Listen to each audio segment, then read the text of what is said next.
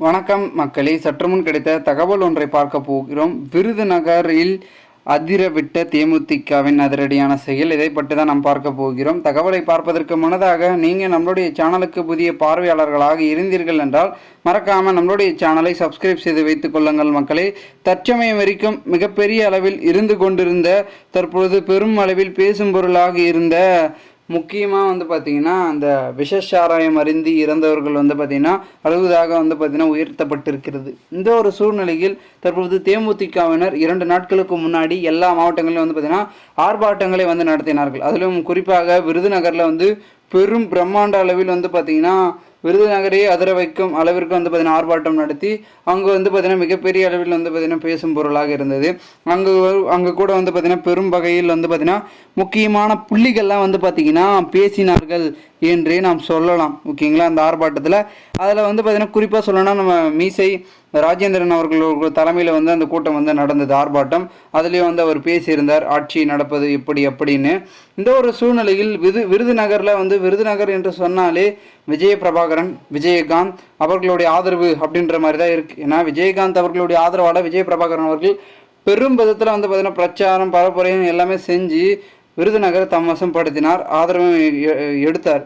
ஆனால் அது பார்த்திங்கன்னா முதல் தேர்தலிலேயே பெரும்பான்மையான ஆதரவு வாக்குகள் என்பது கிடைப்பது மிகப்பெரிய அளவில் பார்த்திங்கன்னா ஒரு அதிர்ஷ்டம் என்று சொல்லலாம். அதுவும் விஜயபிரபாகரன் அவர்களுக்கு ஒரு முக்கியமாக அந்த அளவுக்கு இறங்கி அவரும் களப்பணிகளை தீவிரமாக ஆற்றினார். ஆனால் கடைசி நேரத்தில் எப்படி மாறுறது பார்த்தியா அப்படின்ற மாதிரி தான் அவர்களுடைய எண்ணம் இருக்கிறது. ஏன்னா கடைசி வரைக்கும் அவர் தான் வெற்றி பெறுவார்னு எல்லாருமே நினச்சிட்டாருங்க. ஒவ்வொரு முக்கியமான புள்ளிகளும் நினச்சிட்டாங்க.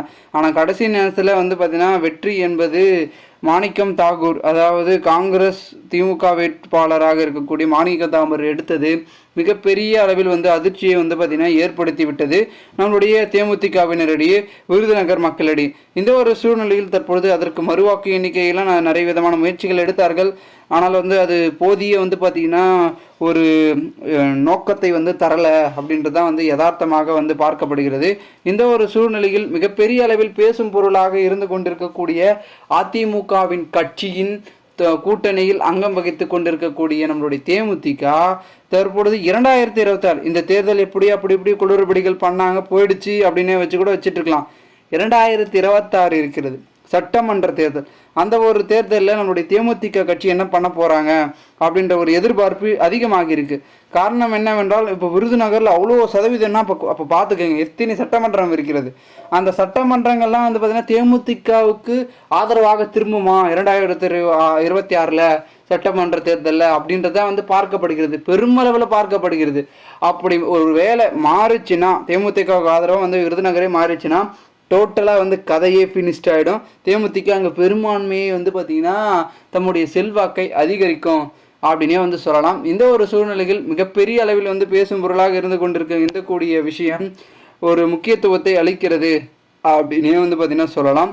ஒருத்தருந்து பார்ப்போம் என்ன நடக்கிறது என்பதை. மேலும் இதுபோன்று நீங்கள் அரசியல் சார்ந்த நிகழ்வுகளாம் தினசரி தெரிந்து கொள்ள சேனலை சப்ஸ்கிரைப் பண்ணுங்கள். நன்றி, வணக்கம்.